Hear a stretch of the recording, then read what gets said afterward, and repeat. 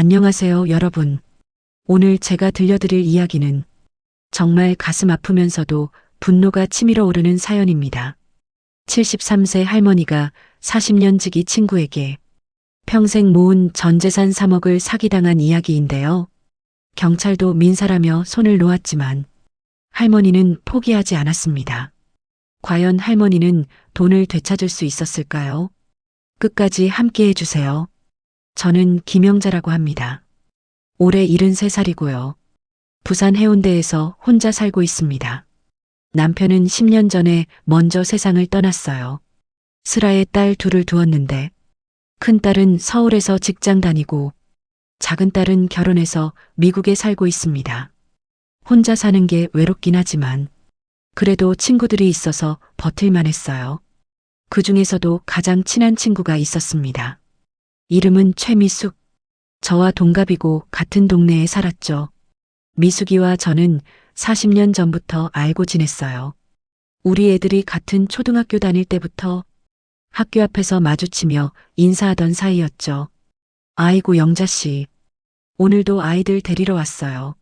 미숙씨도 오셨네요. 우리 애들 친하잖아요. 그렇게 시작된 인연이 40년이나 이어졌습니다. 우리는 정말 친했어요. 일주일에 서너 번은 꼭 만났습니다. 같이 시장도 가고 등산도 가고 성당도 같이 다녔죠. 남편들끼리도 친했어요. 명절이면 두 집이 모여서 함께 보내곤 했습니다. 미숙이 남편도 15년 전에 먼저 떠났어요. 그때부터 우리 둘은 더 가까워졌습니다. 같은 처지니까 서로 의지가 됐죠. 영자야, 우리 이렇게 늙어서 혼자 사니까 서로 있어서 다행이다. 내가 없었으면 얼마나 외로웠겠어. 나도 그래 미숙아. 우리 100년가량 맺자. 죽을 때까지 친구하자. 정말 자매같이 지냈습니다. 미숙이는 나보다 조금 형편이 나았어요. 남편이 사업을 했었거든요. 그래서 아파트도 좀 크고 용돈도 넉넉한 편이었죠. 나는 남편 월급으로 살았으니까 미숙이만큼은 아니었어요.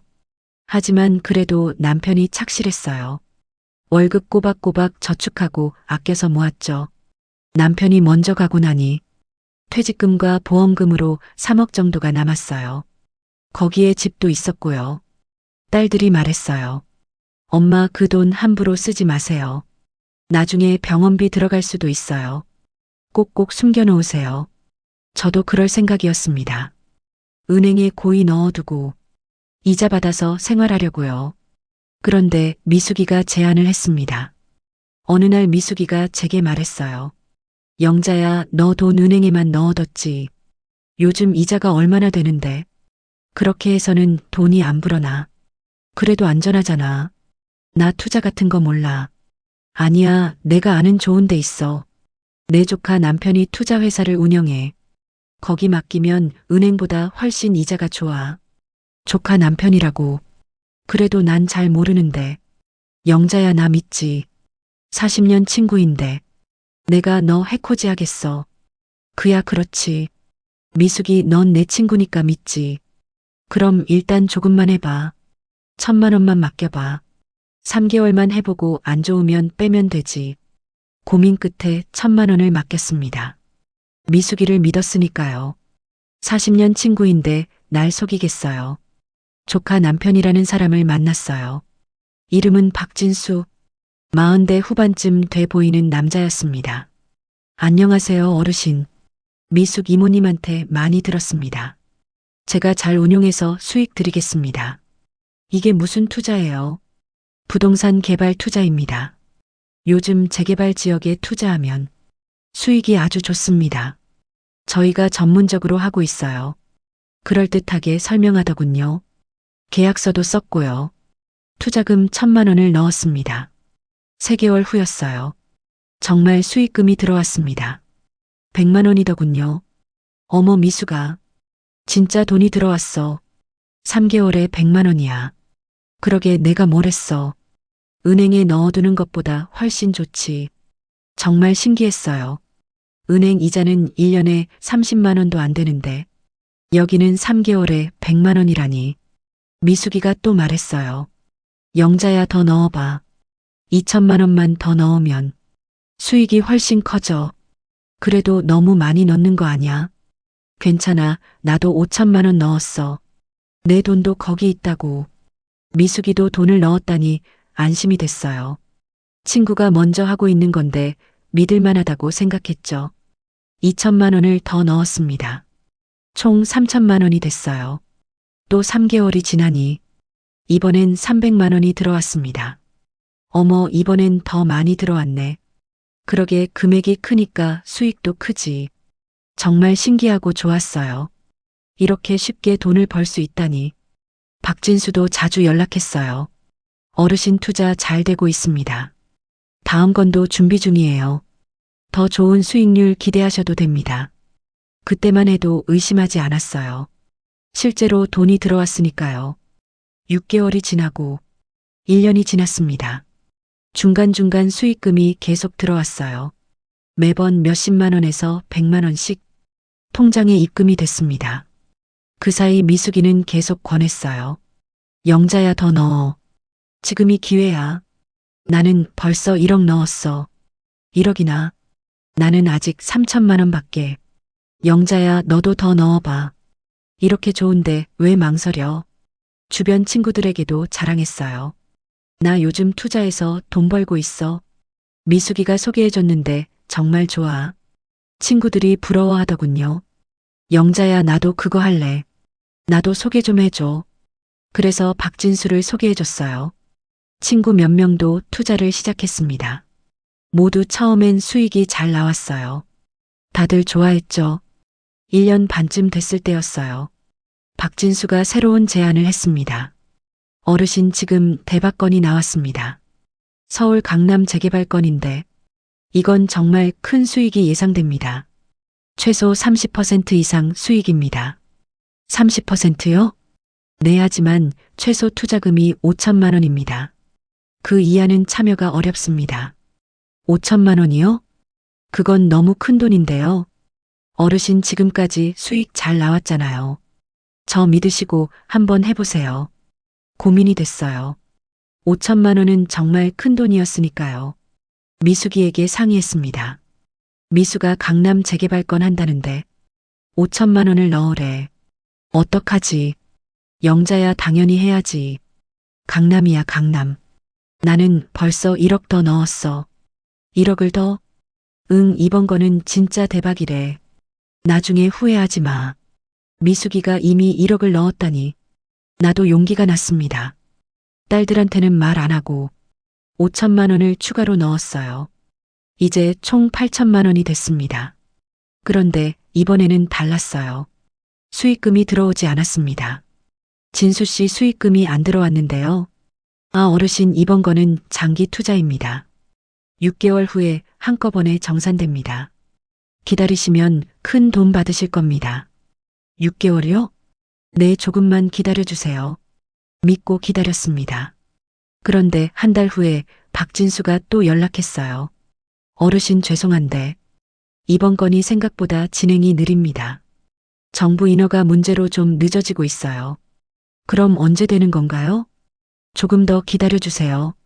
확실하게 진행 중입니다. 불안하기 시작했어요. 하지만 미숙이가 달래줬습니다. 영자야, 투자가 원래 그래. 기다려야 해. 너무 조급하게 생각하지 마. 그렇게 3개월을 더 기다렸습니다. 그러던 어느 날 박진수가 또 제안을 했어요. 어르신, 지금 급한 건이 하나 더 생겼습니다.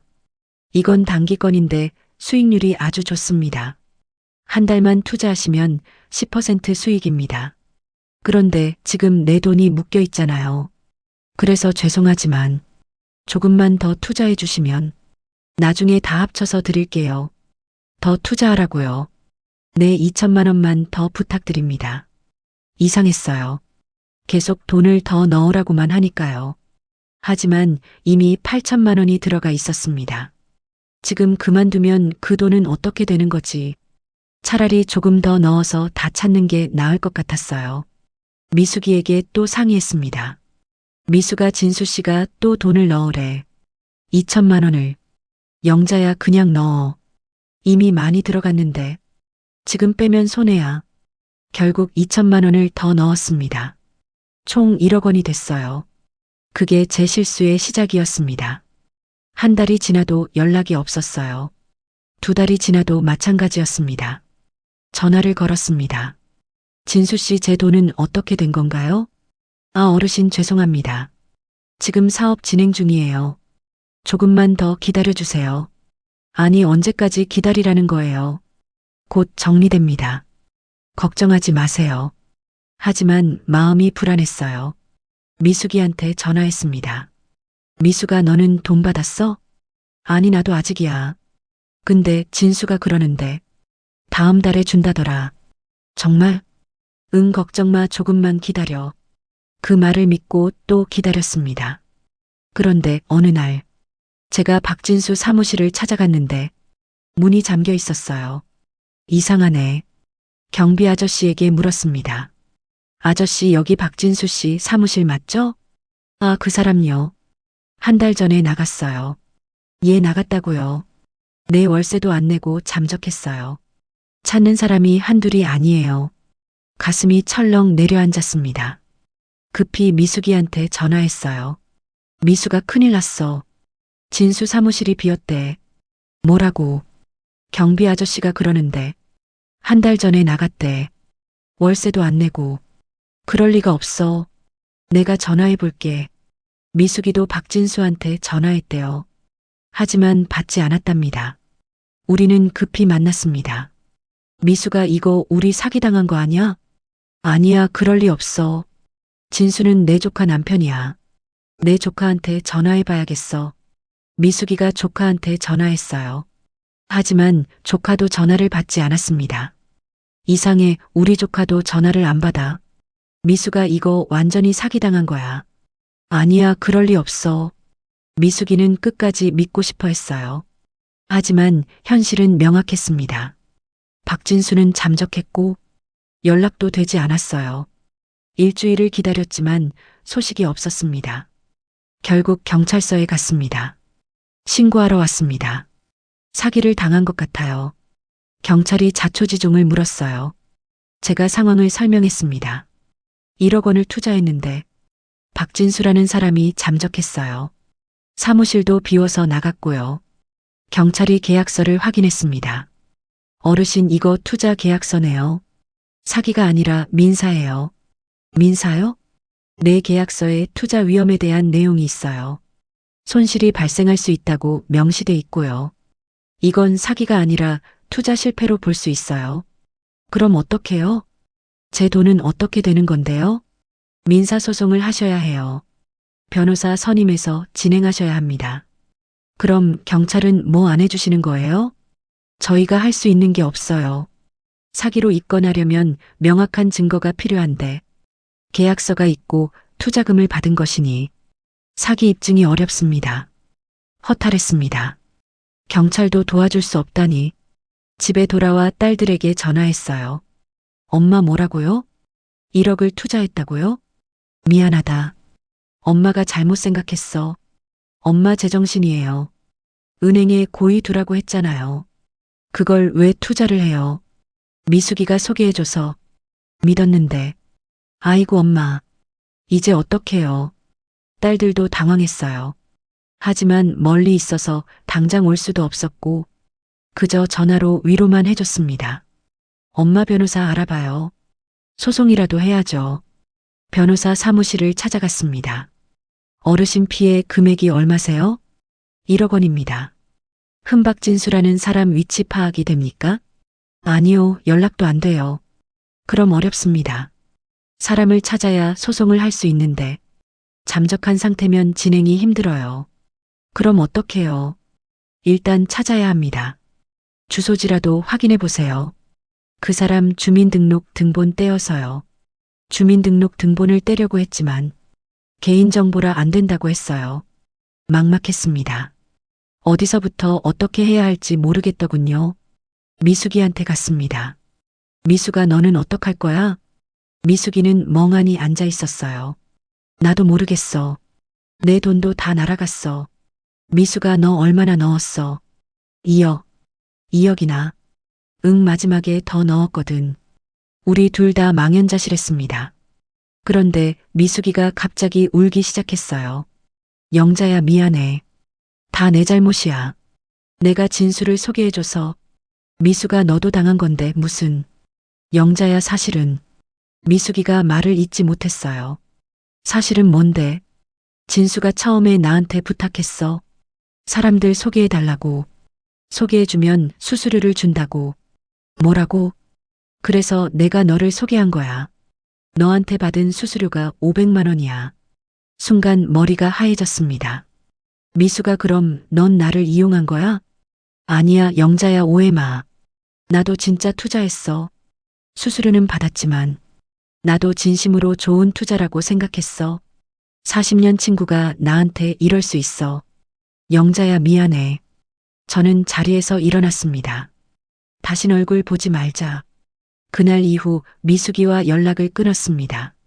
40년 우정이 한순간에 무너졌어요. 집에 혼자 앉아 있으니 눈물만 났습니다. 평생 모은 돈 1억이 다 날아갔어요.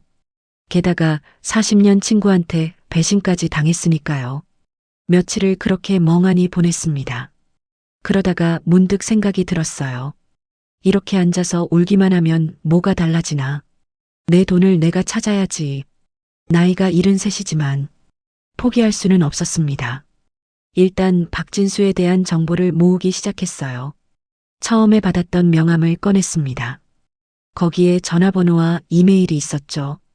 전화는 이미 꺼져 있었고 이메일로 보내도 답이 없었습니다.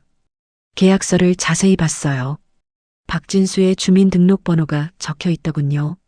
이걸 가지고 구청에 갔습니다. 박진수라는 사람 주소 좀 알려주세요. 어르신 본인 아니면 안 됩니다. 개인정보예요. 제가 사기를 당했는데요. 그러시면 경찰에 신고하세요. 경찰 공문이 있어야 저희가 알려드릴 수 있어요. 막막했습니다. 그때 옆에 계시던 한 직원분이 조용히 말씀하셨어요. 어르신 인터넷 카페 찾아보세요.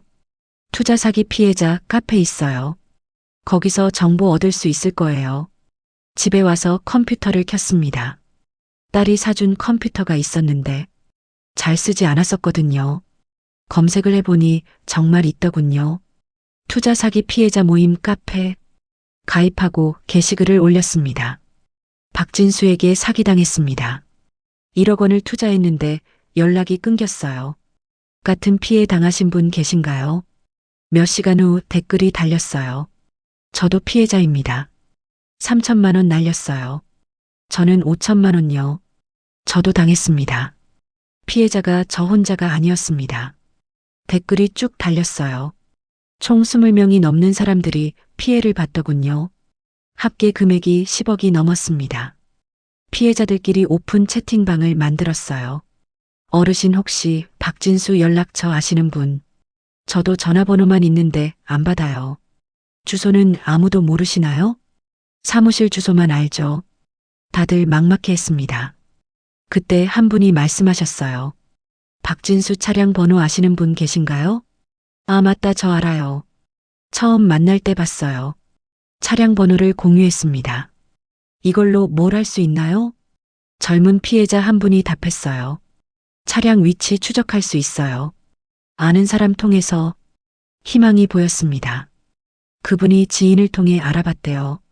불법이긴 하지만 차량이 어디에 있는지 알 수 있다고. 부산에 있습니다. 정확한 위치는 해운대구. 저희 동네였습니다.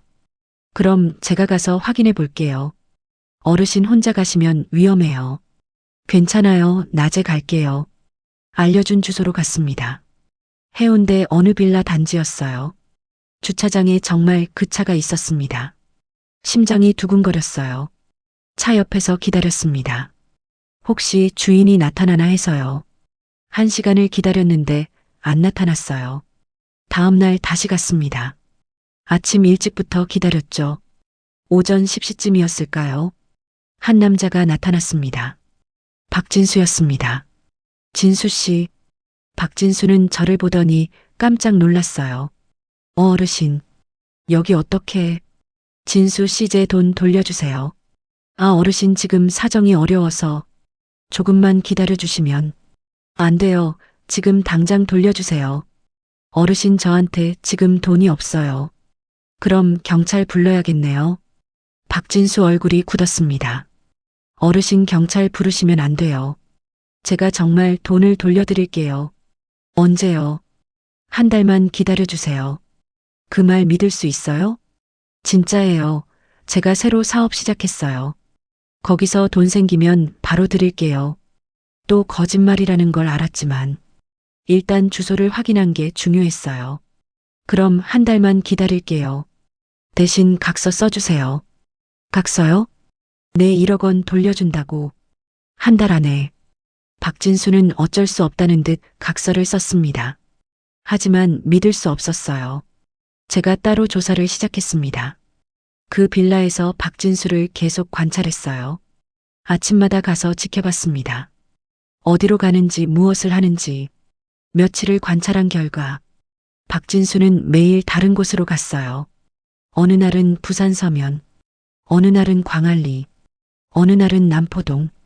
뭔가 수상했습니다. 어느 날 박진수를 미행했어요. 서면의 한 카페로 들어가더군요. 저도 조심스럽게 들어갔습니다. 박진수는 젊은 여자와 만나고 있었어요. 진지하게 뭔가 얘기하고 있었습니다. 가까이 가서 들어보니 요즘 부동산 투자가 대세예요. 제가 하는 건 확실합니다. 한 달에 10% 수익 보장해드려요. 또 사기를 치고 있는 거였습니다. 화가 났지만 참았어요. 일단 증거를 모아야 했으니까요. 핸드폰으로 몰래 영상을 찍었습니다. 박진수가 여자에게 보여주는 서류들, 설명하는 내용들 모두 녹화했어요. 카페를 나온 박진수를 계속 따라갔습니다. 그날 박진수는 3명을 더 만났어요. 모두에게 같은 투자 이야기를 하고 있었습니다. 이 사람은 반성이 없어. 계속 사기를 치고 있어. 더 이상 참을 수 없었습니다. 다음날 피해자 모임에 영상을 공유했어요. 여러분, 박진수가 또 사기치고 있어요. 뭐라고요? 증거 영상 있어요. 영상을 보고 모두 분노했습니다. 이 사람 꼭 잡아야 해요. 그런데 경찰은 민사라고 하잖아요. 그럼 우리가 직접 증거를 더 모아요. 피해자들이 힘을 합쳤습니다. 각자 가지고 있던 계약서를 모았어요. 통화 녹음, 문자 메시지, 카카오톡 대화, 모든 증거를 수집했습니다.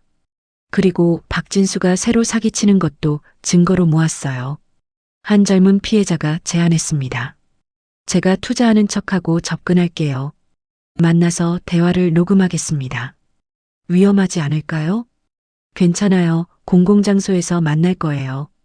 그 피해자가 박진수에게 연락했습니다. 투자하고 싶은데 만날 수 있을까요? 박진수는 흔쾌히 만나자고 했대요. 만남 당일 우리는 조금 떨어진 곳에서 지켜봤습니다. 그 피해자가 박진수를 만났어요. 사업 설명 좀 해주세요. 박진수는 자세히 설명했대요. 투자 방법, 수익률, 모든 것이 완벽한 사기 수법이었습니다. 그런데 위험하지 않나요? 전혀요. 제가 10년째 이 일하고 있어요. 한 번도 손실 본 적 없습니다. 거짓말이었죠. 이미 10억 넘게 사기쳤으면서 대화는 모두 녹음됐습니다. 그날 우리는 모든 증거를 가지고 다시 경찰서에 갔습니다. 이번엔 저 혼자가 아니었어요. 피해자 20명이 함께 갔습니다. 신고합니다. 박진수의 조직적 사기 행각을. 경찰이 증거들을 확인했습니다.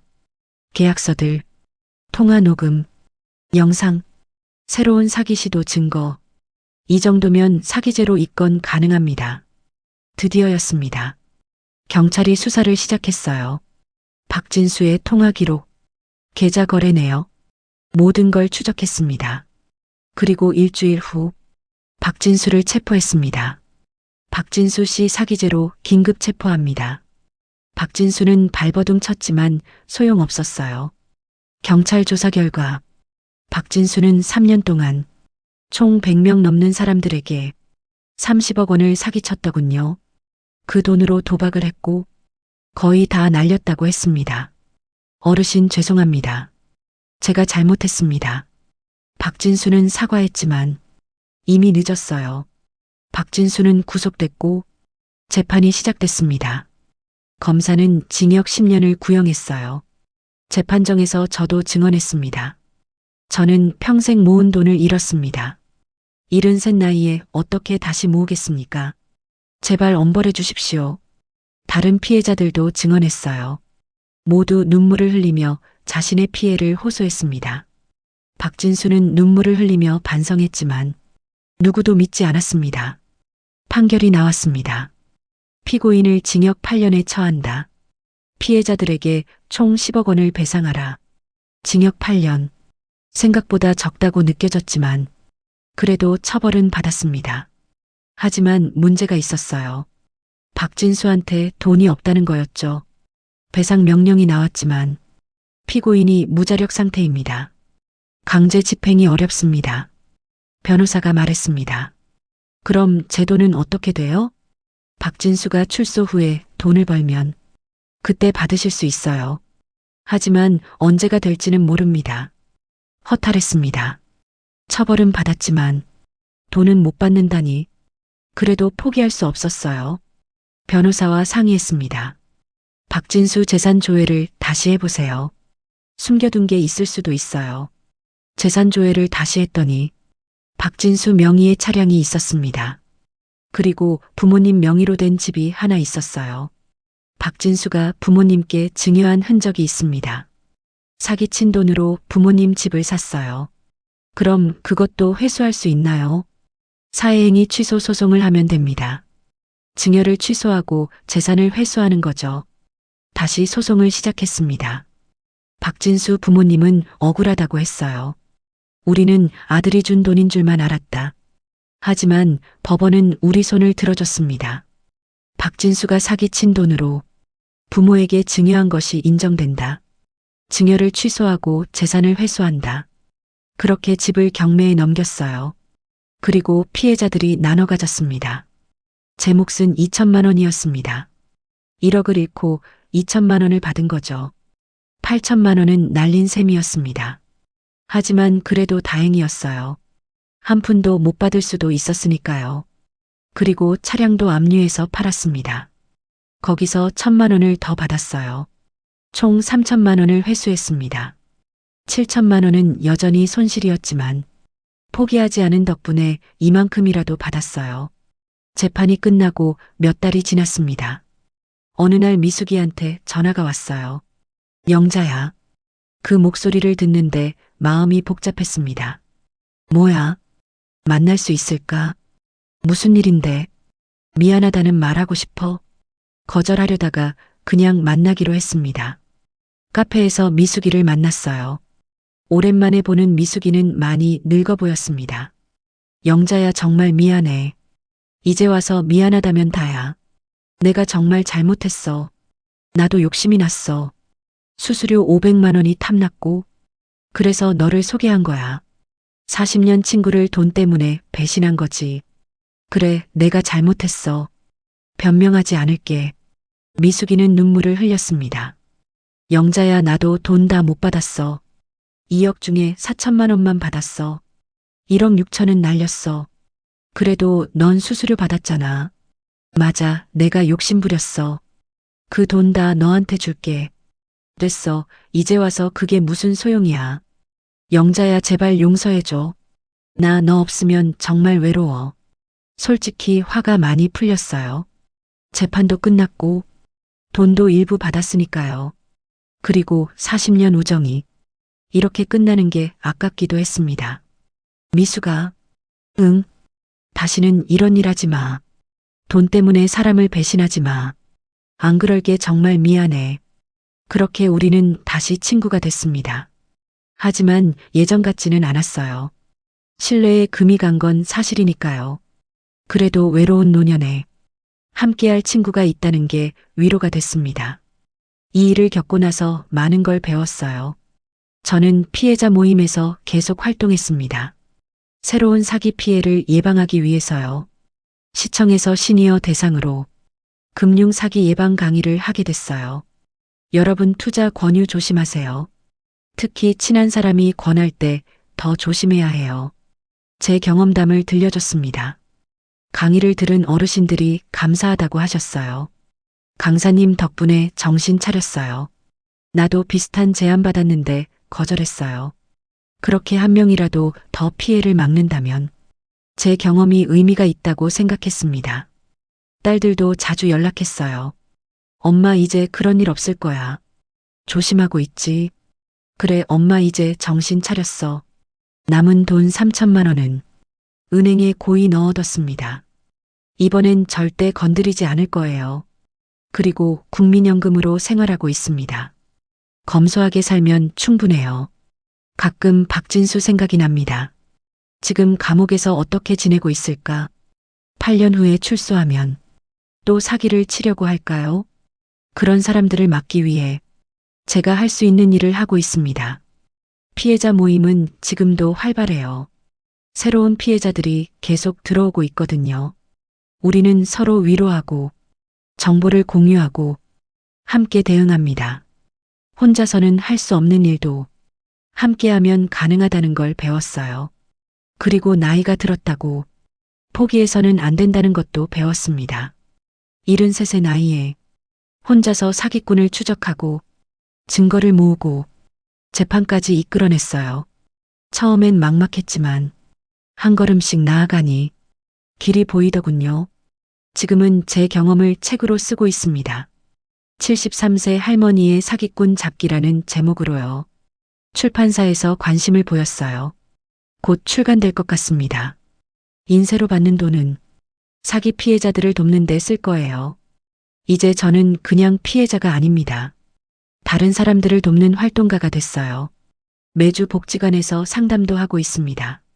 사기당했어요. 어떡하죠? 돈을 찾을 수 있을까요? 이런 분들에게 제 경험을 나눠드립니다. 포기하지 마세요. 제가 해냈으니 당신도 할 수 있어요. 그분들이 희망을 갖고 돌아가는 모습을 보면 보람을 느낍니다. 돈은 많이 잃었지만 더 큰 걸 얻었어요. 나 자신에 대한 자신감과 다른 사람을 도울 수 있는 기회를요.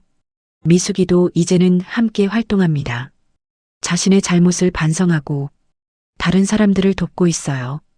영자야, 우리 이렇게라도 의미 있는 일 하니까 좋지. 그래, 미숙아. 돈은 잃었지만 의미는 찾았어. 요즘 젊은 사람들이 놀랍니다. 할머니 대단하세요. 저도 그렇게 할 수 있을까요? 나이는 숫자일 뿐이에요. 중요한 건 의지와 용기입니다. 그리고 무엇보다 포기하지 않는 마음이죠. 그로부터 2년이 지났습니다. 제 책이 출간됐고 생각보다 반응이 좋았어요. 방송에도 몇 번 출연했습니다. 제 이야기를 더 많은 사람들에게 알리고 싶었거든요. 어르신 정말 대단하십니다. 어떻게 그 나이에 혼자서 나이는 상관없어요. 의지만 있으면 됩니다. 저의 활동을 보고 많은 시니어분들이 용기를 얻었다고 합니다. 나도 할 수 있겠다. 나이가 많아도 괜찮구나. 그게 제일 큰 보람이에요. 요즘 저는 바쁘게 살고 있습니다. 상담도 하고 강의도 하고 새로운 피해 사례를 모니터링도 하고 외롭지 않아요. 오히려 젊었을 때보다 더 바빠요. 딸들도 자랑스러워합니다. 엄마 멋있어. 친구들한테 자랑했어. 미숙이와의 우정도 회복됐어요. 완전히 예전 같지는 않지만 서로를 이해하고 배려하며 지내고 있습니다. 가끔 박진수가 편지를 보냅니다. 감옥에서 쓴 편지예요. 어르신 정말 죄송합니다. 제가 많이 반성하고 있습니다. 출소하면 열심히 일해서 갚겠습니다. 믿지는 않지만 그래도 답장은 합니다. 진수 씨 진심으로 반성하세요. 다시는 남의 돈을 탐내지 마세요. 변할 수 있을까요? 잘 모르겠습니다. 하지만 저는 제 할 일을 할 뿐입니다. 한 명이라도 더 피해를 막는 것. 그게 제 목표예요. 여러분, 이 이야기가 주는 교훈이 있습니다. 첫째, 투자 권유는 항상 의심하세요. 특히 친한 사람이 권할 때 더욱더요.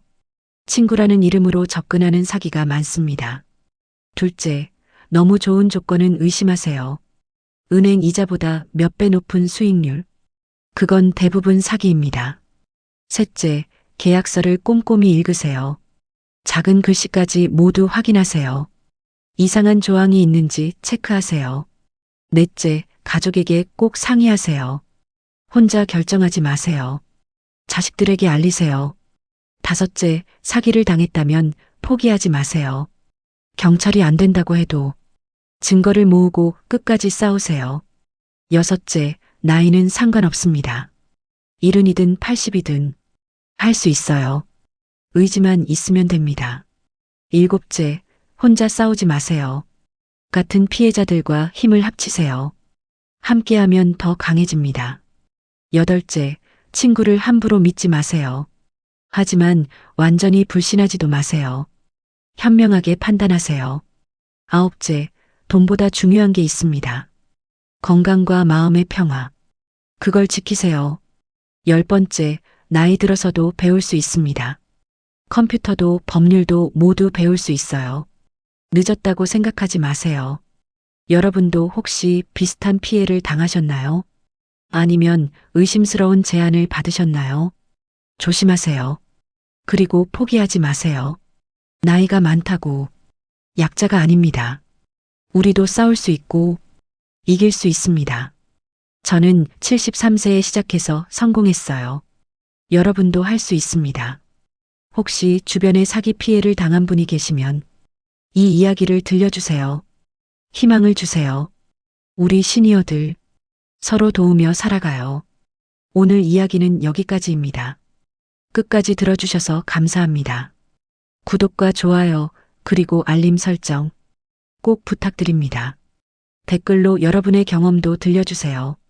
서로 정보를 나누면 피해를 막을 수 있습니다. 다음에도 더 유익한 이야기로 찾아뵙겠습니다. 여러분 절대 포기하지 마세요. 우리는 할 수 있습니다. 감사합니다.